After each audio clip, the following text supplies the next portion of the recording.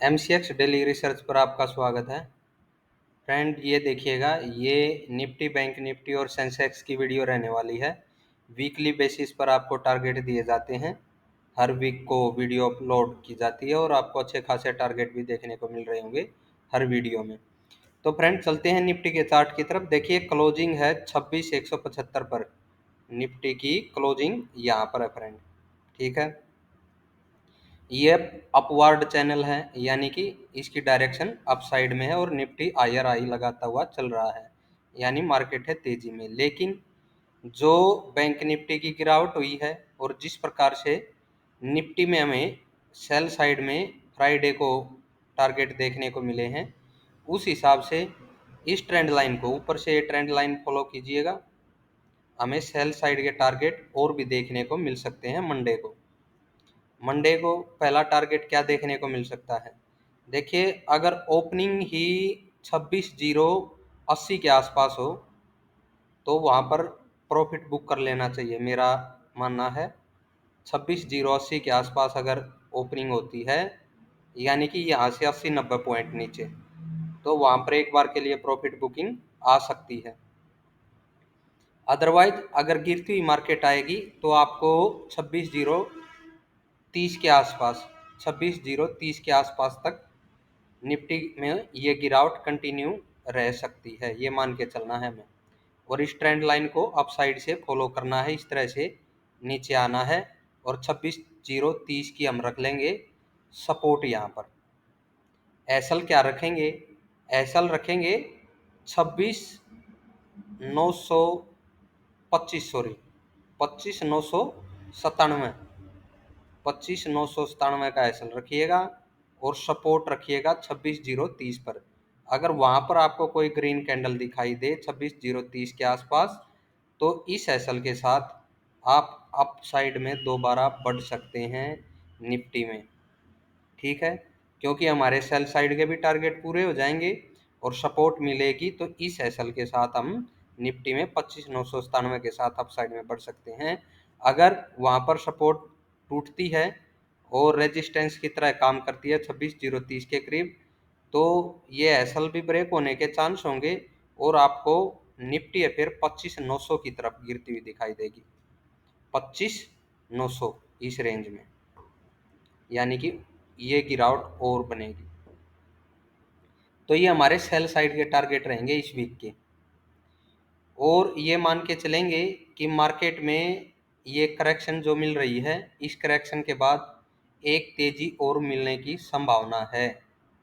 अगर वो तेजी हमें मिल जाती है इस जो अक्टूबर का महीना है, तो उसके बाद बड़े टारगेट के जो गिरावट की साइड में या कहाँ पर आपको देखने को देंगे, अच्छे खासे टारगेट देंगे आपको।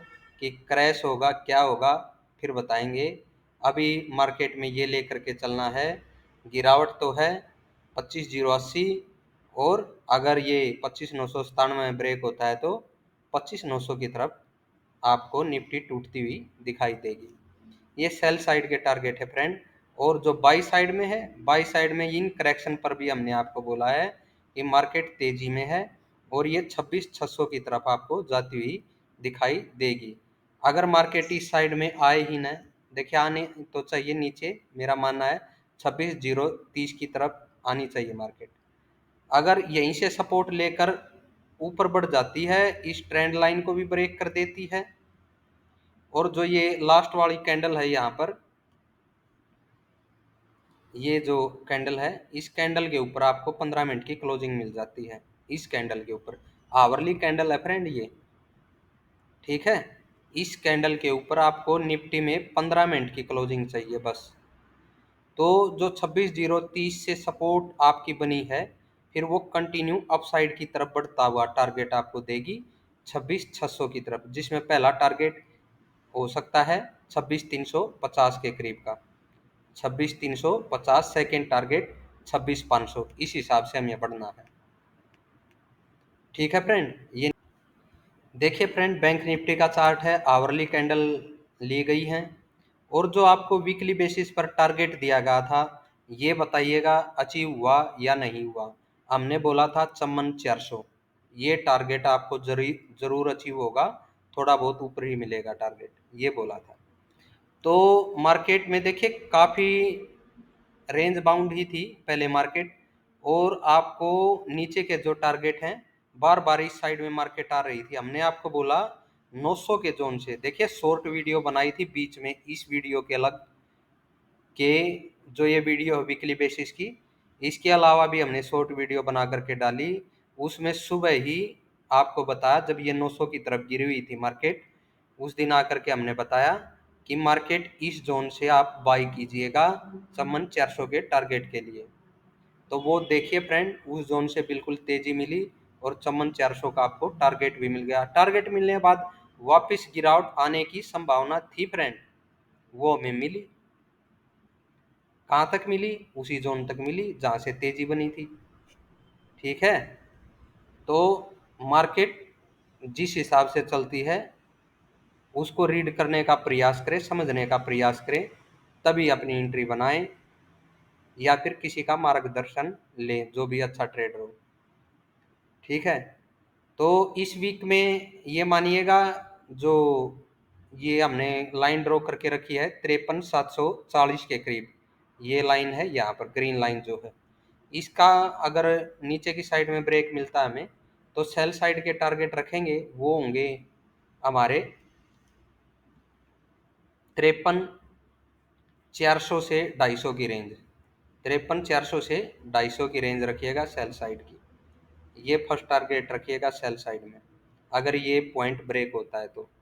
अगर ये पॉइंट ब्रेक ही ना हो 740 वाला, और ऊपर से जो ट्रेंड लाइन बनेगी आवरली इन कैंडल की, इसके ऊपर प्राइस निकल जाता है तो मार्केट ये मानिएगा लगभग 54,000 के ऊपर मानिएगा कि तेजी में रहेगी दोबारा, और वो तेजी आपको कंटिन्यू 55,000 की तरफ बढ़ती हुई नजर आएगी अब। ठीक है, तो वो तेजी आपको 55,000 की तरफ भी जा सकती है, जिसमें पहला टारगेट क्या रखेंगे, चमन 160 का ये पहला टारगेट रख सकते हैं हम। चमन 160 के करीब का टारगेट लेंगे। अगर ये लो ब्रेक नहीं होता है मंडे को, ओपनिंग के करीब से ये लो ब्रेक होना चाहिए। अगर इन दो कैंडल के ऊपर मार्केट रहती है तो ये मानना है चमन 160 की तरफ का पहला टारगेट। अगर उसके ऊपर सस्टेन हो तो फिर हम चमन 500 के भी ऊपर निकलते हुए देखेंगे और 55,000 की तरफ भी बैंक निफ्टी को जाते हुए देख पाएंगे। और ये पॉइंट ब्रेक होता है 53,740, तो सेल साइड के टारगेट आपको बताए गए हैं 53,400 से 250 की रेंज, वहां पर सपोर्ट को रीड करना है, इस कैंडल के लो को लेकर के चलना है। अगर ये देखिए यहाँ पर ये छोटी छोटी सपोर्ट हैं, इस रेंज से दोबारा एक मुंह हमें वापस मिलने के चांस हैं जो कि 53,800 की तरफ का मिल सकता है। तो बैंक निफ्टी मंडे से ये मान के चलेंगे अभी सेल साइड में है 53,740 ब्रेक होते ही। अगर नहीं ब्रेक होता है तो अप साइड में आपको टारगेट दिए गए हैं। पहला छोटा टारगेट है चमन 160 के करीब का, और उसके ऊपर सस्टेन होती है यानी 15 मिनट की क्लोजिंग मिल जाती है हमें, तो ये मानना है फिर इस हाई की तरफ भी जाएगी मार्केट और चमन 500 को भी क्रॉस करेगी, 55,000 की तरफ भी बढ़ सकती है। ये सेंसेक्स का चार्ट है फ्रेंड। देखिए सेंसेक्स में भी आप ये मान के चलेंगे कि इन कैंडल के नीचे आप सेल साइड में रहेंगे, और सेल साइड के जो टारगेट हैं आपके 84,000 की तरफ रख सकते हैं। 84,000 अब सेंसेक्स के लिए मजबूत सपोर्ट बन चुका है। ठीक है, इस कैंडल के लो के नीचे एसएल रखेंगे और 84,000 की सपोर्ट रखेंगे। अगर दोबारा यहाँ पर ग्रीन कैंडल हमें आवरली टाइम फ्रेम के अंदर मिलती है, आवरली टाइम फ्रेम के अंदर फ्रेंड 84,000 के करीब, अभी 85,600 के करीब मार्केट की क्लोजिंग है। 86,000 का जो हमारा फाइनल टारगेट था वो सेंसेक्स का अचीव हो चुका है।